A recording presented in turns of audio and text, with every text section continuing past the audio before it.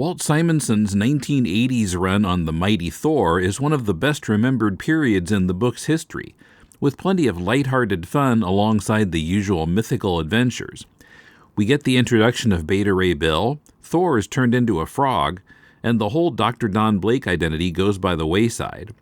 How does this run look to us now? Back in 2019, Kumar and I took a look at a good chunk of the first part of this run, and this time we flash back to episode 627 for that conversation. First, as always, I'd like to thank our patrons for helping to keep the show going. You can pitch in by pledging at least $2 a month at patreon.com/deconcomics. This is Tim. And this is Kumar. And this is Deconstructing Comics.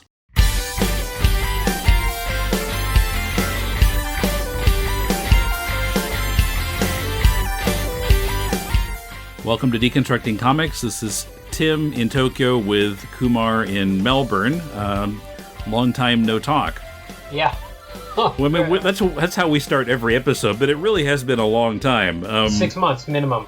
Yeah, so in December we recorded the first episode of Spider-Man 1963, our Patreon series, and a month before that was the last time we recorded a Deconstructing Comics, the Stan Lee R.I.P. episode. So it has been quite a while. Now we decided to do this one. Gee, it's been a couple of months ago that we chose this. Well, yeah, we did have a different topic, and then in April, I think we abandoned it and chose this one instead. That's an interesting story as well. So we were almost about to do a Black Panther run. Yeah, the Ta-Nehisi Coates run. Yeah. And I read the first two collections, and I was like, yeah. It's so I read one dry. Issue. I find it so dry. Yeah. Well, it seemed like it was a lot of talking, and it was almost kind of, ironically, considering what we're talking about, kind of Shakespearean. Mm-hmm. Where, I mean, Thor is too, but I think Simonson's run is so fun, I don't know, in spite of that or because of that, I'm not sure. I mean, it's not dry. Although, when we talked about it a little bit a few weeks ago, you didn't seem terribly impressed by the Simonson Thor run. Well, okay, so I think this has been on our to-do list for years and years. Oh, yeah. And I think I'm the one that put it on there first because I'd never read it. And I was like, this is supposed to be a legendary run that I need to get around to reading at some stage. And I read the first 10 issues, and at that stage we had dropped Black Panther, and I was like, this isn't really going great for me. And I don't know, maybe I wasn't in the right headspace or whatever it was, but I certainly didn't like it for the first 10. For the first 10, I thought it was it was just a superhero comic, where it was just stuff happening, and there wasn't really anything. Well, there was special stuff that happened, and we'll get to that, but I think there was something. It was a little bit. I think it's a year after Swamp Thing and a year or two before Watchmen, and it just seemed ordinary. The delivery of it was very ordinary. And then, as soon as we had that chat, I found I really started enjoying it for quite a run. And then it kind of dropped off again, and then it got really great by the end of it. I think I got up to about 366 is how far I got. Oh, okay. Yeah. Yeah, so it starts with 337, and I got about 3/4 of the way through issue 364. The Thor is a frog issue. Yes, well, that one is really an amazing comic book. There's the 2 or 3 issues where he's a frog are just awesome. Yeah. But the Shakespearean thing was to me, that was really annoying. I actually did find it annoying early on. But then I wondered, halfway through, I was like, this must actually be the selling point for a lot of readers, was the dialogue I found was it became a chore to read for me. But then halfway through, I was thinking, people must have dug this stuff, and that's why they were into it. I think it's part of the appeal. And I think there's a right way and a wrong way to do it.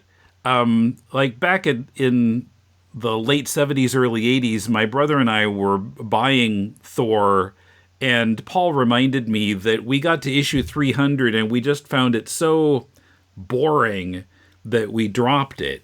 Right. And we didn't buy it again, I don't think, until this started in like late 1983. Actually, tell me about the run before Simonson came on, like, or what you know of it, like who was working on it and what kind of stuff was happening in it. Well, Len Wein was writing before Simonson took over. Okay.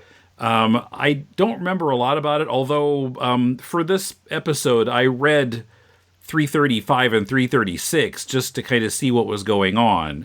Okay. And they were okay, but I didn't think it had quite the spark that Simonson put into it.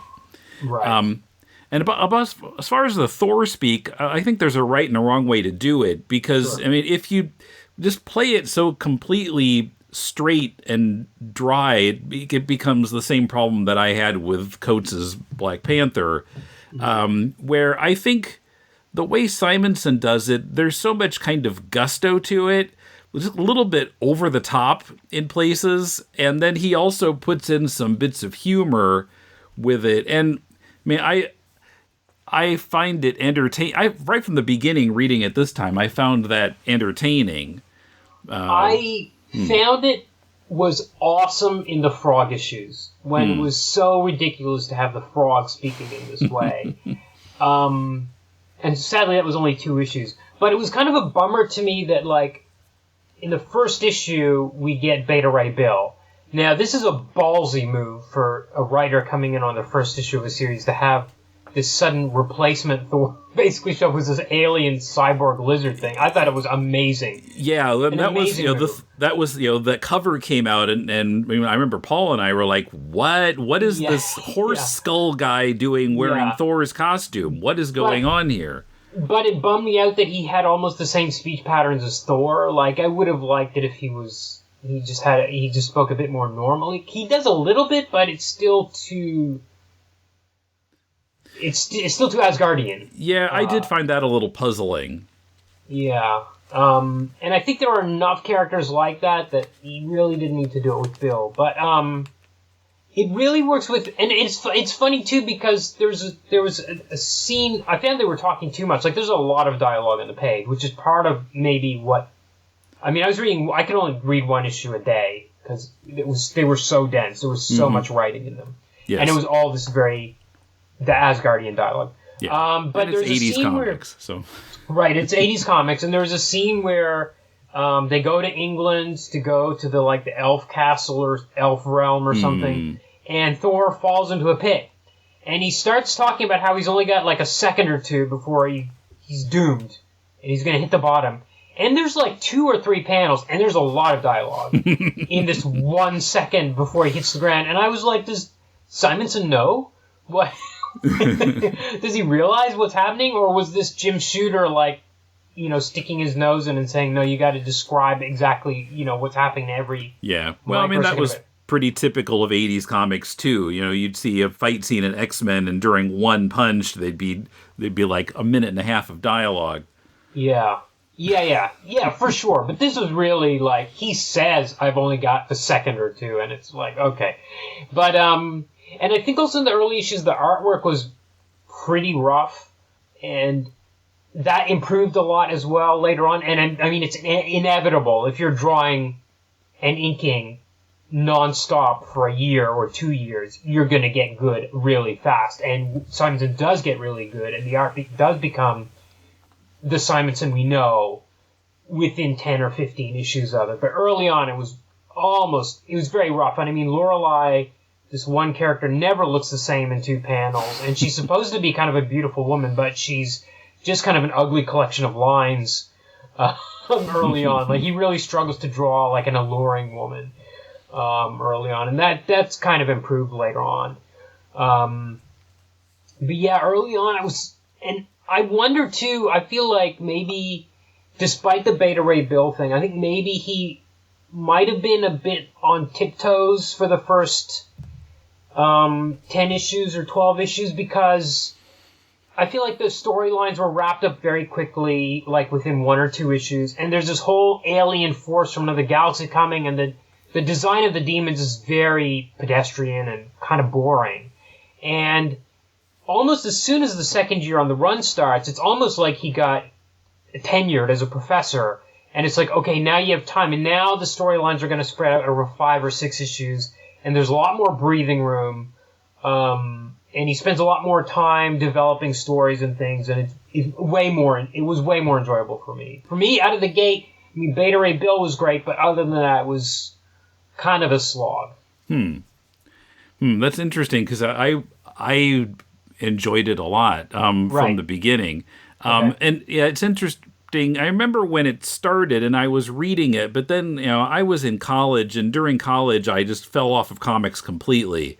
Right. So I don't think I got much past me. I maybe read to 350 or so. Okay. I don't remember exactly. But yeah, I think by the time I certainly fell off before that one break issue with Hercules that Simonson didn't work on at all. Oh, right. I don't think I'd ever read that before, as far as I can remember. And certainly I remember knowing of the Frog issue, but I don't think I ever read it. Right. So it was nice to come back and read these again. I think I appreciated them more now than I did when I was in college.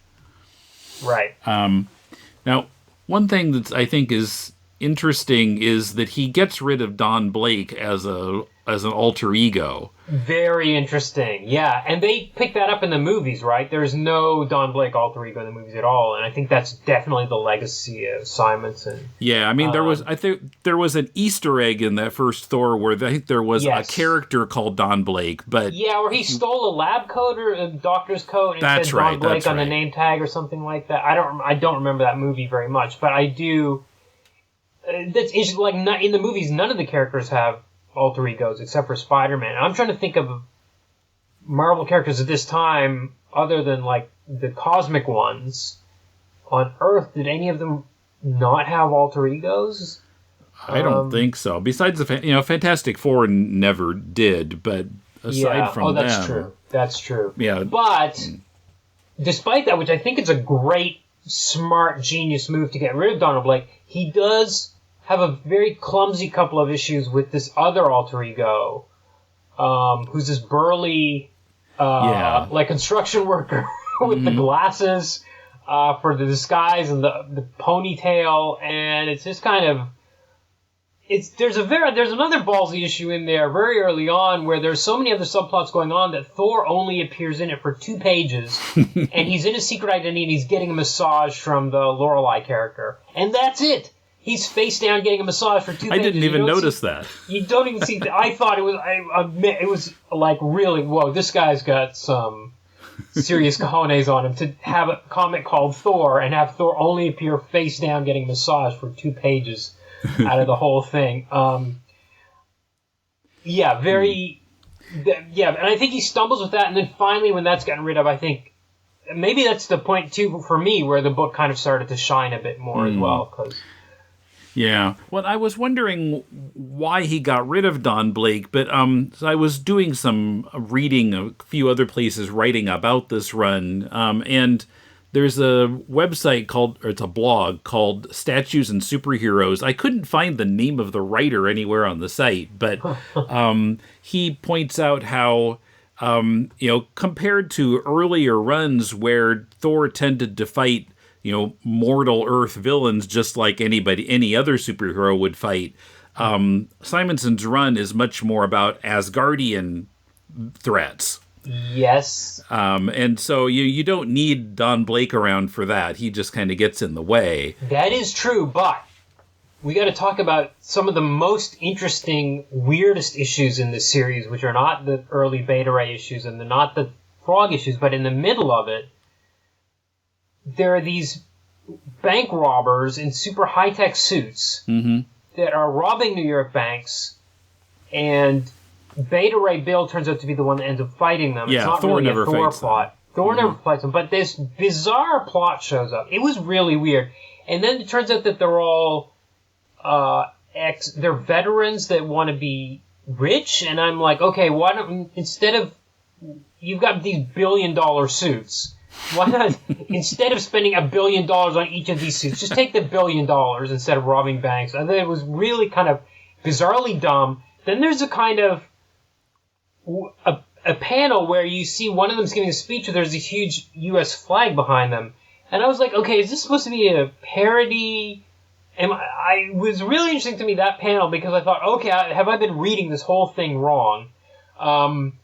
And I thought, because at the same time, there's this whole thing where all these Asgardian warriors are living in Central Park at the time. They're stranded there.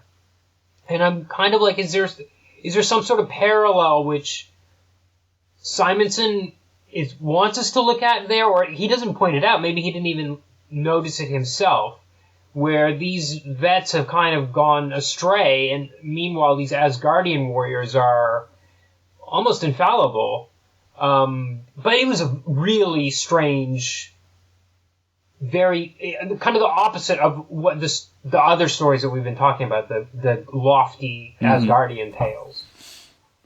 Yeah, true. I guess he felt like since he had stranded all those characters on Earth, he needed to give them a threat to face. Yes, but they don't really deal with it. It's only Sith and Bill. Yeah. But did you have a take on this whole bank robber song? Like, it was really earthly, despite the metal armor. It was like a bank robbers. Yeah, I don't know. They were being controlled by Titanium Man. Yes, was their boss. He was, spoiler alert, but it turns out that Titanium Man is controlling them and has tricked them, and they realize that they're working for a Ruski, and then they turn on him. I don't know. I thought it was just kind of a cute thing, and I didn't think about it having any deeper meaning, and it was kind of a blip in the thread of the whole run. It was a blip that built up. I mean, it became a large blip by the end. Oh yeah, and they could they could teleport away and turn into cards. Like, these are really expensive suits. Yeah, they just turn in these little cards, and the other guy who's working for Titanium Man comes and picks them up. Yeah, crazy. Seemed like that would make them awfully vulnerable. Yeah. Yeah, it was really there were a lot of wild ideas in that. I'm not sure they held together, but you just reminded me, there's an interesting thing where the way that Simonson stacks up the subplots over time. So we've got this whole thing with Balder and Carnilla, and it's almost like at the start it's like you might get a 1 page of them in each issue. And it almost, especially in that first year, it almost works like a newspaper strip where it's like really repetitive. Like, you almost get the same information each time. The first panel is like a recap, and then the last panel is like the cliffhanger for next time. But then next time you have to have the recap again, And but he's kind of juggling a lot of balls. Yeah. At the beginning, and I really didn't care about the Warriors 3 anytime they showed up.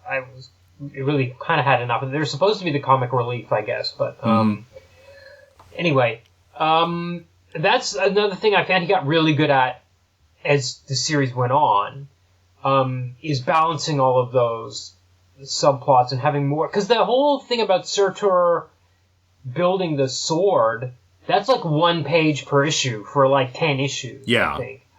And that's another interesting thing, how he kind of weaves in these threads and then brings them around. So I can kind of see how he's building up for the long haul there. Yeah. But at the same time, like, they were really crammed together, and like, I noticed there's a lot of scenes, like there's the one with the Wild Hunt where all these millions of dogs are summoned to New York, and at the end they fly away, and it's this tiniest little panel, and the dogs are all these little squiggles, and that's the kind of thing that now no artist would do it in that way. It would be like a full page or a half page or something like that. And later on, there's a scene where all the armies of Asgard go back, and it's literally the bottom right panel. It's like the 8th panel on the page, and there's these little squiggles going through a gate. And there's not a lot of breathing room, especially early on. I think later on, there's like 1 or 2 full page splashes later on. Yeah, when they're leaving Hell, Right. sometime around 355, 360. I forgot exactly what issue, but yeah, there's a whole page panel where Thor is when he punches the dog that's guarding the gate. Oh yeah, the giant that might dog. be right. Yeah. But yeah, I mean, he crams a lot in an issue. Yeah, I was reading it on Comixology panel by panel, and it was like, wow, is this still going on? If I could read 2 or 3 modern Marvel comics in the time it takes to read one of these. Yeah. And speaking of Comixology, I found the way that Simonson kind of overlaps his panels around. I mean, if you look at the page as a whole, you can figure out where the eye should go. But the people who were setting up the guided view kept making mistakes. And, interesting. And, completely, in one or two places, they would, completely miss one word balloon, or they, include it in the wrong frame of the guided view. I would say, actually, that I had trouble with some of the word balloons, even reading it on full page.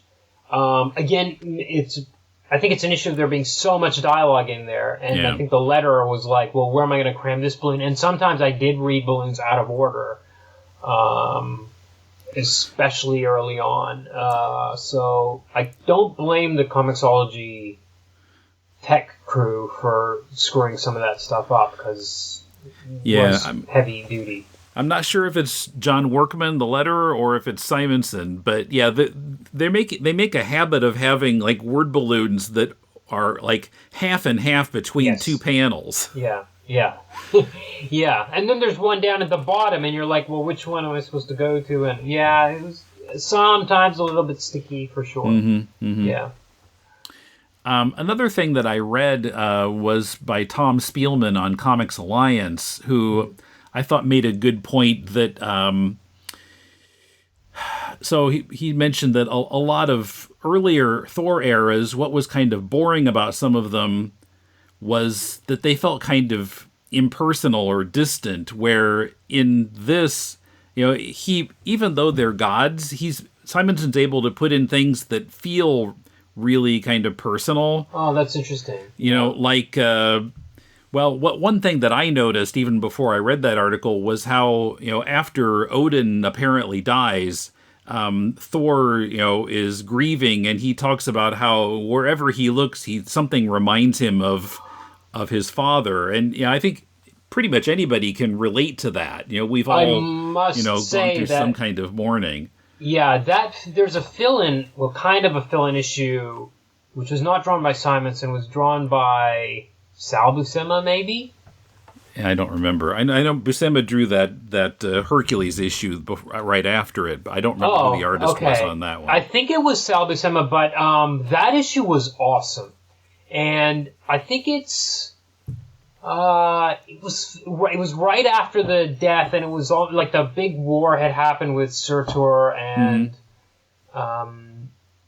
he was dead, and it was issue 355, and he's in this ice palace with this old guy that we kind of suspect might be Odin, and he keeps denying it.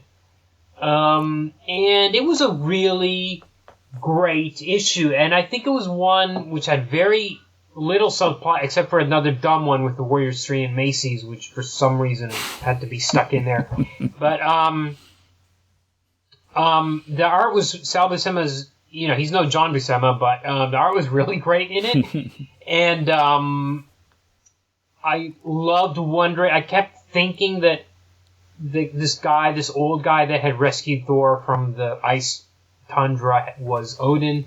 And it was just him talking about his feelings about his father being gone, and this guy kind of advising him. And it was a really touching, well-drawn, airy issue. I mean, there's not 8 panels a page anymore. It's 5. It's a reasonable 5, 6, something that has room to breathe and is really an emotional story, and was a real surprise. And it comes just before the bank robbers one, I think, pretty much. Oh, yeah, before the other villain, yeah. Yeah. I felt like Simonson was hinting, or I don't think he maybe actually was, but he was trying to make us think that guy might be the Christian God. because he used a few phrases from the Bible. Oh. Well, at the end of it, he says that he's his great-grandfather.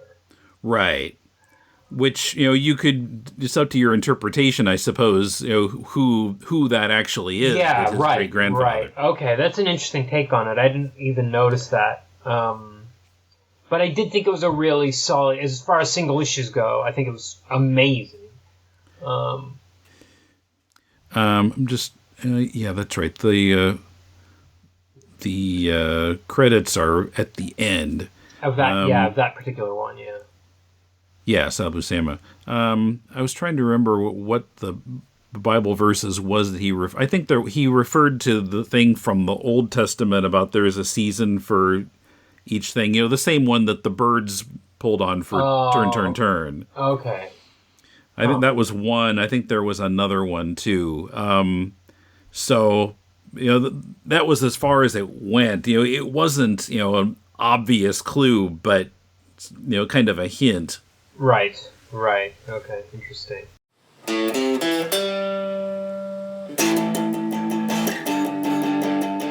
Who's Who, the definitive podcast of the DC Universe. Spanning from the first issue of Who's Who in 1985 all the way through the loose leaf edition. Including all the updates, the spin-offs, custom Who's Who pages for forgotten characters, and tons of in-depth character spotlights. Entries span from the golden age of DC and into the extreme 1990s. Covering characters such as Superman by Kurt Swan and John Byrne. The Justice League by Kevin Maguire. Batman by Dick Giordano. The New Titans by Tom Grummett. Wonder Woman by George Perez. The Legion of Superheroes by Keith Giffen. The Flash by Carmine Infantino. Lobo by Simon Bisley. The All-Star Squadron by Jerry Ordway. Firestorm by Al Milgrom. Aquaman by Chuck Patton. So many entries talking about Ian Karkull. The Forever People again, and again, and again. And hundreds of other characters found in Who's Who, the definitive podcast of the DC Universe. Available wherever you find podcasts and at fireandwaterpodcast.com. Nuclear Man, Batman, Hawkman, 2D Man, and Hour Man. Who are all these people, man? They're all part of the DC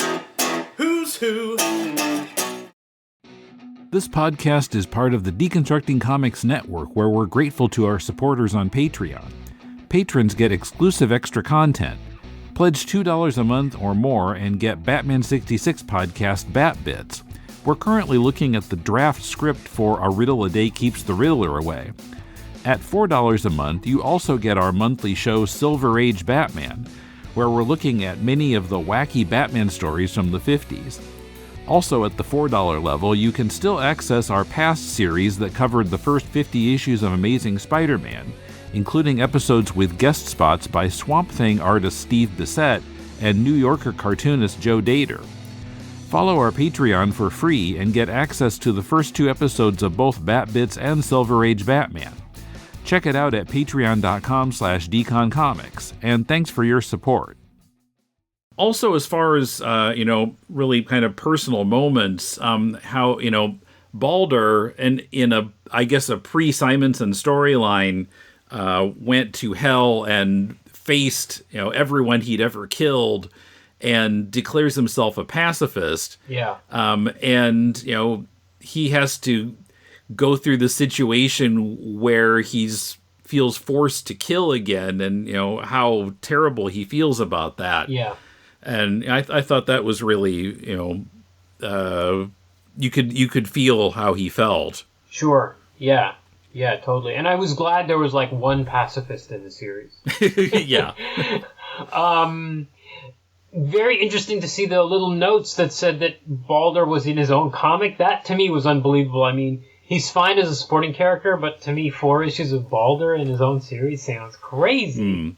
Well, I mean, the 80s were an interesting time. One of those writers said that that's a good series. I'm not sure if Comixology has it or not. I'll have to look. But, I remember around that time, Marvel was experimenting with 4-issue miniseries.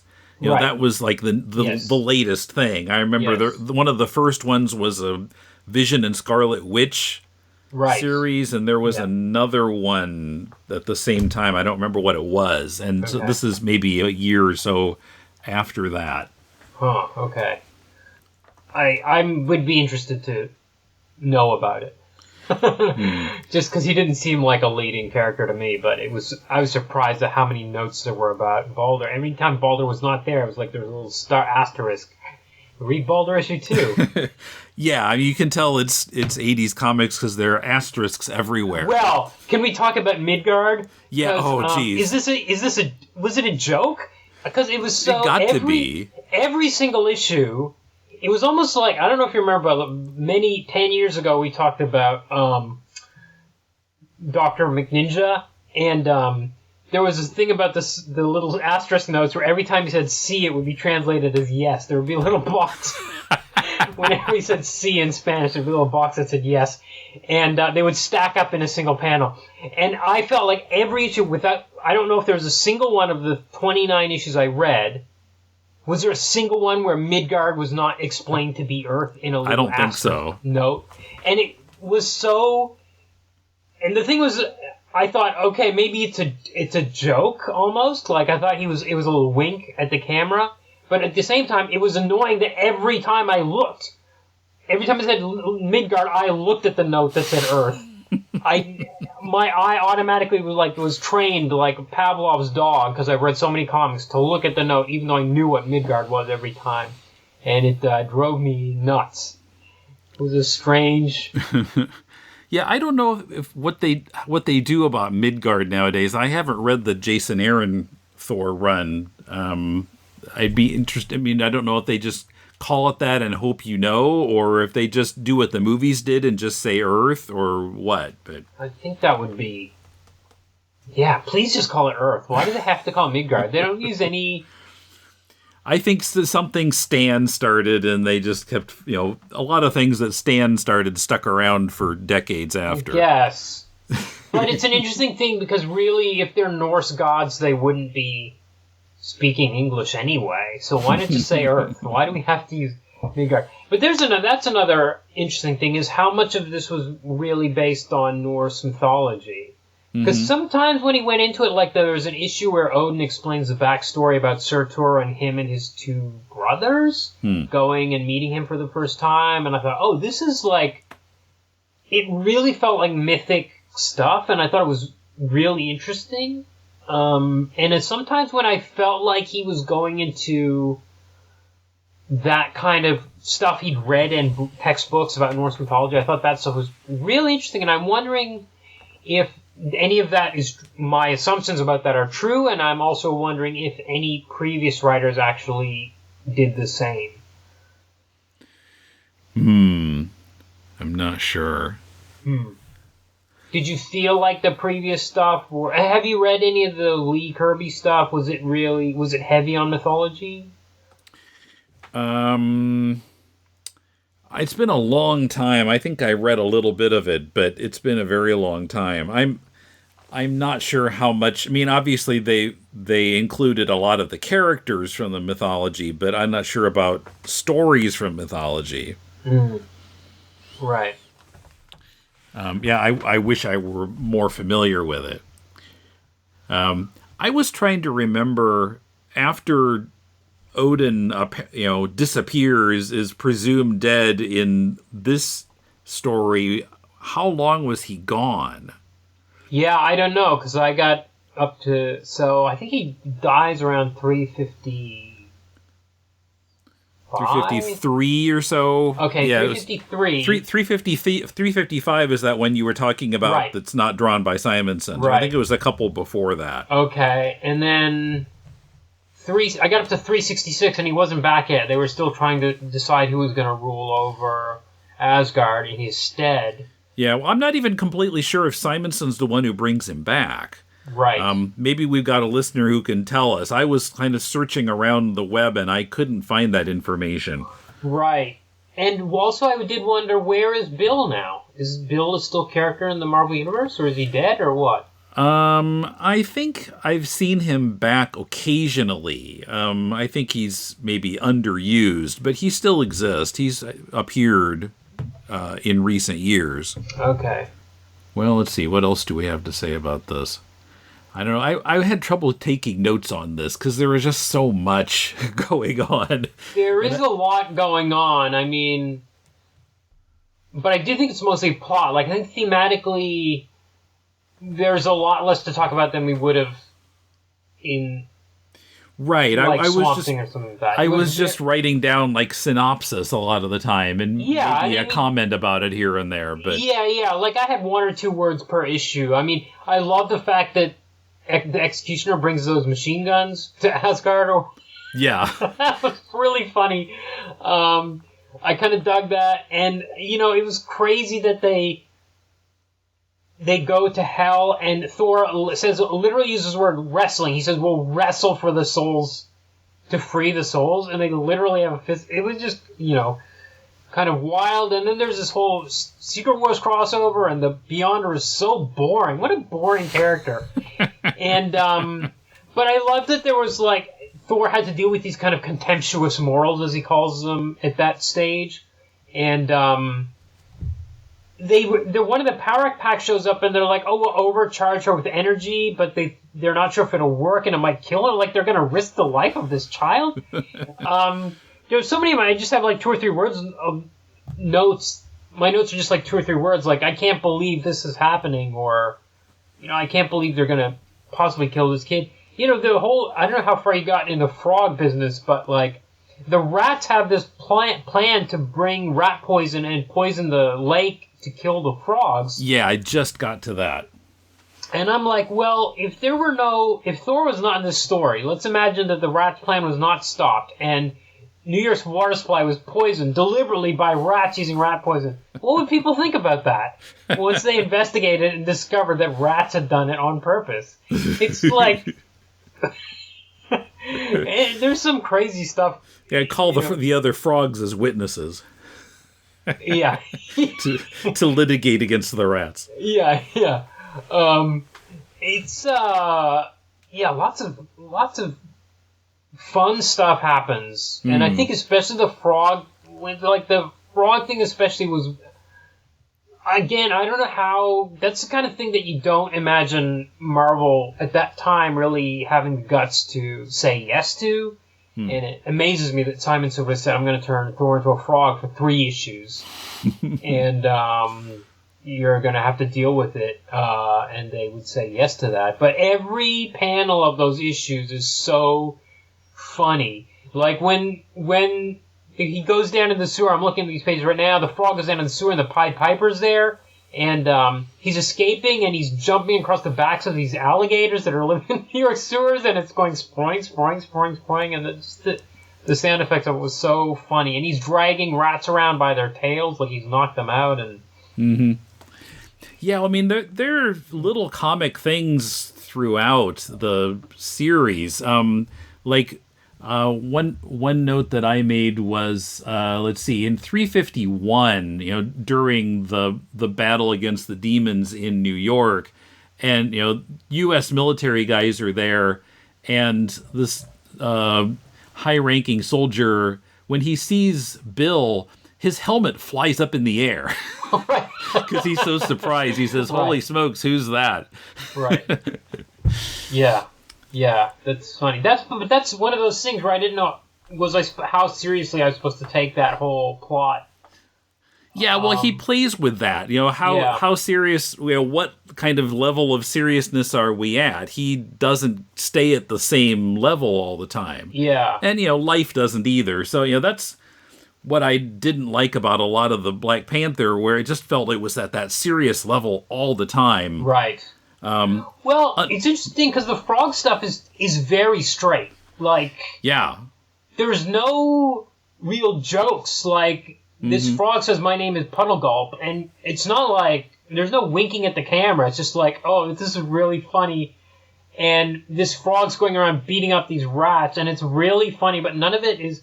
And then he says, "I have to leave here. I can't marry the princess," and the princess frog looks so sad in the panel, and it's so funny, but it's not. There's no joke.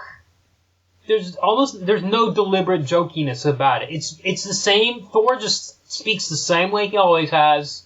And Yeah, the he dialogue just lets the situation be funny on its own without right. And in fact, the whole plot about bringing the alligators to help in the war against the rats is almost identical to the plot about bringing Carnilla to help fight the army of Surtur. It's the same thing where we'll get the second army, our enemy's army, to come help us. And the enemy of our enemy is our friend. right, and he almost repeats the same kind of plot line in this thing, but it's so... And then there's this... The frog tries to lift the hammer, and it's a bit like that issue of Spider-Man where he's trying to get out of the wreckage, that whole issue, and it's like 2 pages of this frog trying to lift the hammer, and it's really... sincere, and it's really funny. It's not supposed to be. And then he holds up he turns into Thor, and he's holding up his hammer, and it's really straight, but it's so ridiculous. It's unbelievable. And those issues were real genius, I think. Yeah. I don't see much in the latter part of what I read, but in the early issues of the run, there are a lot of sound effects that are drawn like in straight lines, which is really striking. I wasn't sure how I felt about it. Most of the time I thought it looked pretty cool. It's certainly different from what you usually see in 80s comics or modern comics. Well, that's something I noticed too, and I didn't like them in. Sometimes they're just in boxes and like pasted over, and it was just like there was a place sound effect. Later on where there are cockroaches running around. It says skitter, skitter, skitter in these purple boxes, and that looked bad, I thought. But some of the other places, it's cool. I didn't like, and that was another thing that I thought was really improved. Like, as I just said, the spring, where he's bouncing across the backs of the alligators, and later on, the sound effects are really good. I think the bummer is that they were actually really kind of interesting sound effects, like when he was swinging the hammer, they would have... Simonson came with all these cool sounds, and I felt like the letterer kind of let it down by just typing the sound effect in instead of like really doing something dynamic with it. Because I'm just kind of flipping through here the issue where the frog fights Loki, which is another crazy thing that happens, and the sound effects are great, like just the way they're splashed out. By the way, going back to the old man in the ice cave for a second, my notes are a real mess for this episode. So he says, when Thor asks him his name, he kind of equivocates. Well, I've gone by a lot of different names, and he mentions having been called Tiwaz. Yes. And I looked that up. It's an ancient god of what's now like the Turkey area. Oh, how interesting. Okay. And maybe like into, I don't know, Syria or that area. So, yeah, he seems to be representing, I don't know, the Christian god or maybe various sort of deities. That makes it even more interesting than it already was. That's so cool. Huh. Okay, yeah, so, right, Buscema drew that one. 356 was penciled by Jackson Geiss, not Buscema. Yeah, okay. And inked by Bob Layton. And that was written by Bob Harris. And that's a really funny issue, too. It has nothing to do with Simonson, but... Okay. Yeah, that issue is... I mean, it's funny, I think, in kind of a different way than Simonson's humor. Right. It's more kind of a straightforward, jokey thing. Yeah, right. Right. So, Yeah. But I didn't, like I said, I didn't find the ostensible, comedic characters, the Warriors 3, or the comic relief. To me, they were just kind of a chore. And Volstagg, I guess, supposed to be this really funny giant guy that, like, sits on people and stuff, and it was just whatever. This is a minor thing, but did you notice? Reading this in guided view, seeing each panel at a time, I noticed it in 362 when they're in hell. There's one panel where you can see, like, the Thor and his people are going along in the background, and in the foreground there's like this boulder, and hiding from the Asgardians facing us, there's a woman in a New Mutants costume. Huh. And it turns out, I had to Google this because I wasn't reading comics much at the time.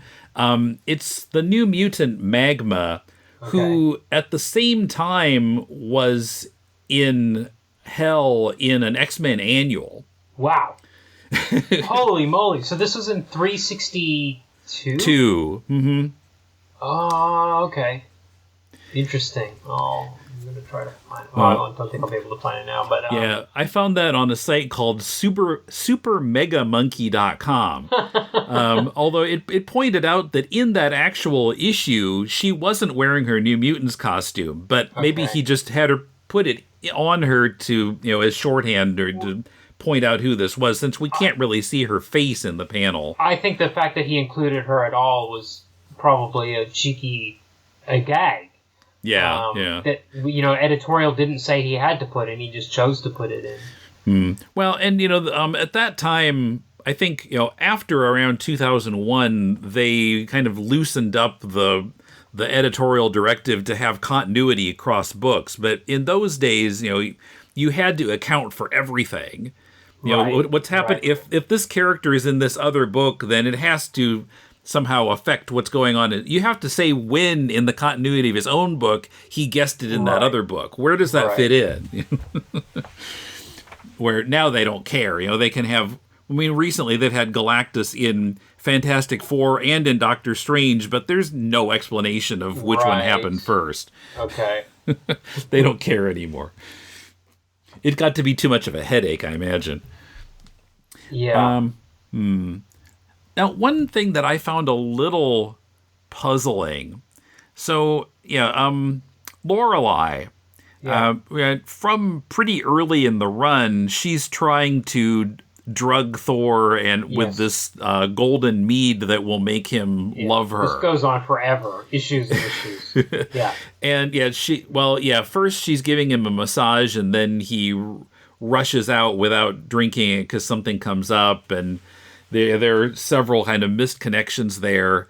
And what was her motive at that point? Was she just wanted him to love her, and that was it? She was just hot for Thor. I don't remember how she got out of it. I was actually, after I'd read the issues, I was like, how did he break the spell? Because finally he is seduced by her. And then he gets into a fight with Loki.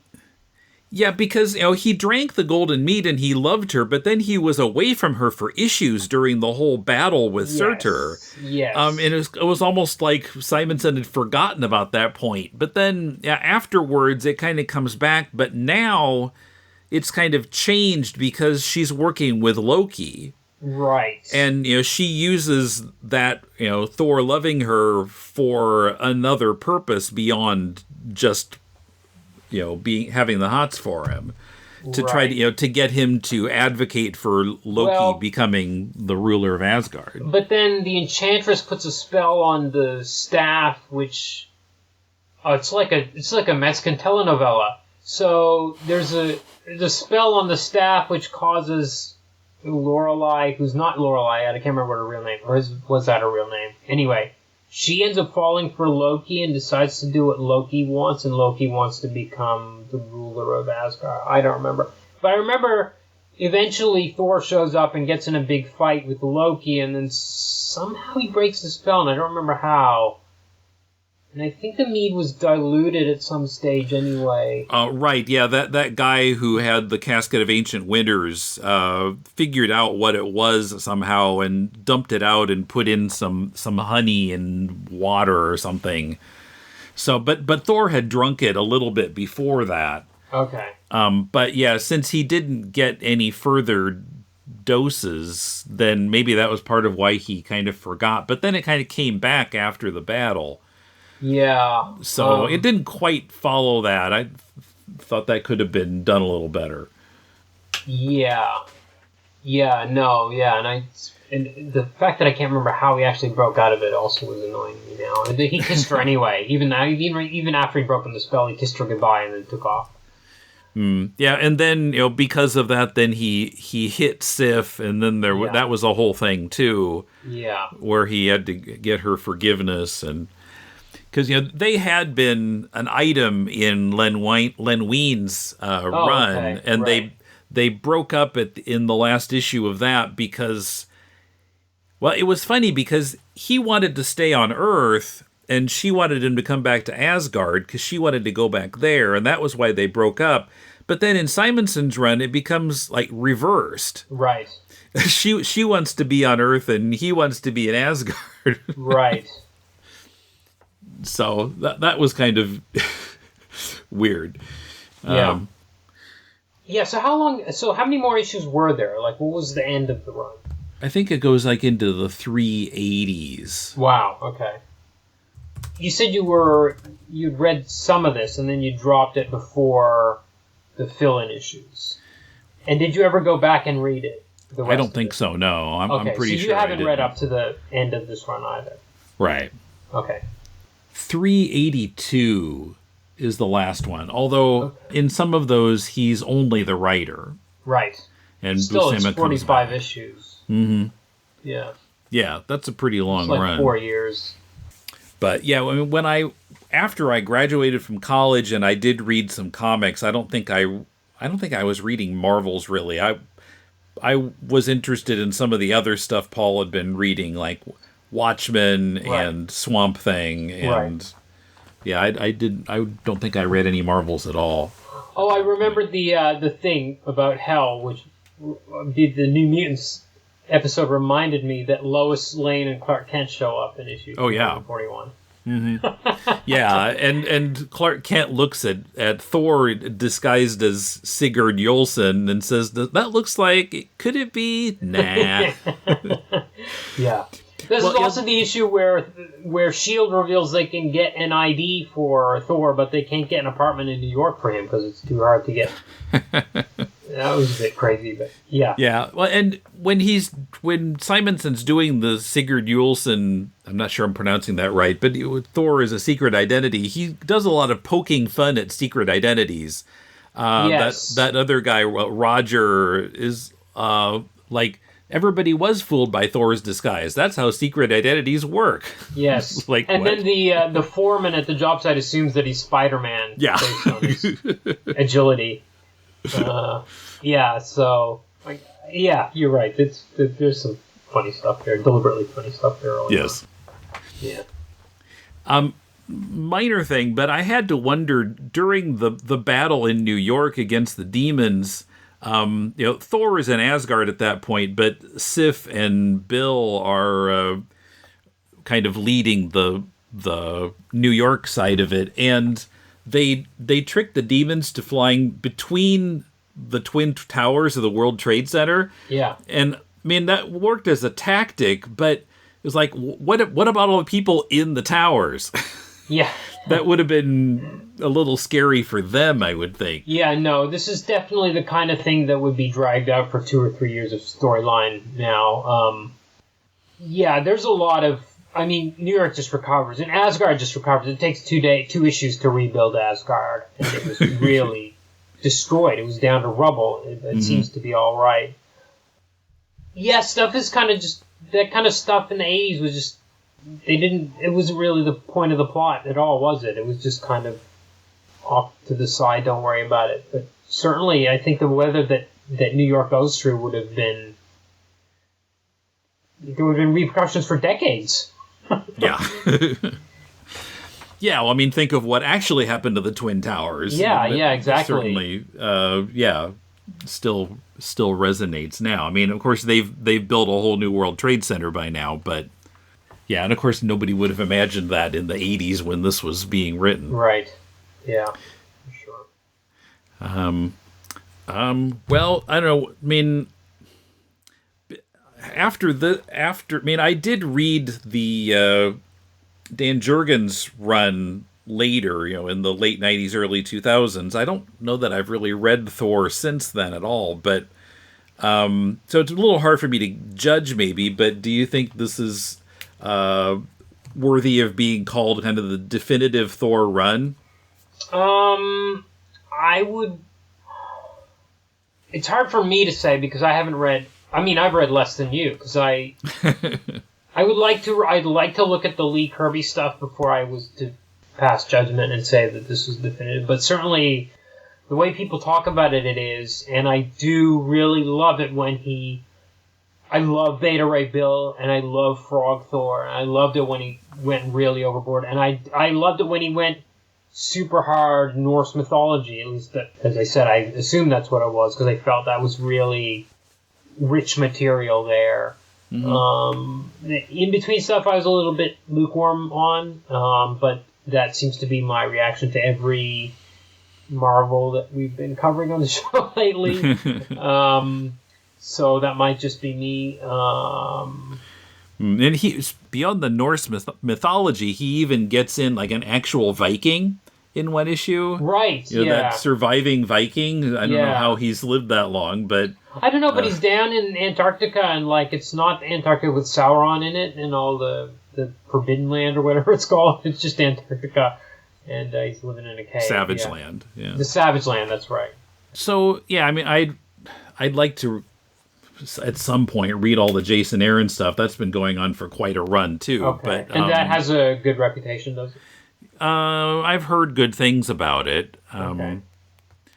So, and yeah, I mean, I like the Jurgens run too. I saw a little bit of negative talk about it in my limited research about Simonson, but was that the one where they kind of, I haven't read it, but I heard that they kind of addressed the issue of him being a god? Yeah, well, there was this whole thing where Asgard kind of took over Earth. Okay. And yeah, Thor was a god, and his followers wanted to declare Thursday the Sabbath because it's Thor's day. Right. Yeah, I thought that was all really interesting. Okay. Huh.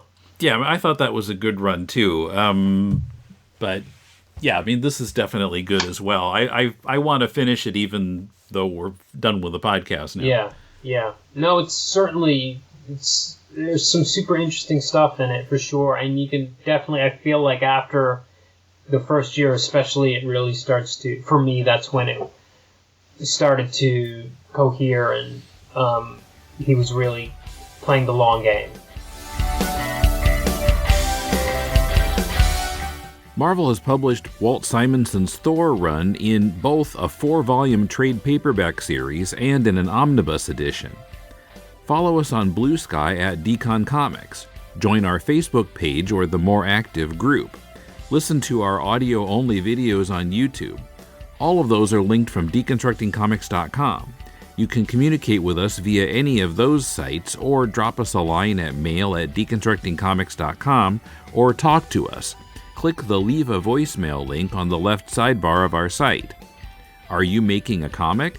Send it to us and we'll do a Critiquing Comics episode about it. Our theme is by J.B. Anderton. The music backing the promotion of our Patreon is Change by Jazar. Jimmy Gownley is author of the New York Times best-selling Amelia Rules series and has won several awards. He's also one of the co-hosts of the Unpacking Peanuts podcast. A year after I interviewed his fellow co-host Michael Cohen, I'll be joined by Jimmy Gownley next week to talk about why he's publishing comics for free on Substack, the comics that inspired him, including Peanuts, funny comics about depression, and more. Till then, this is Tim, and thanks for listening to Deconstructing Comics.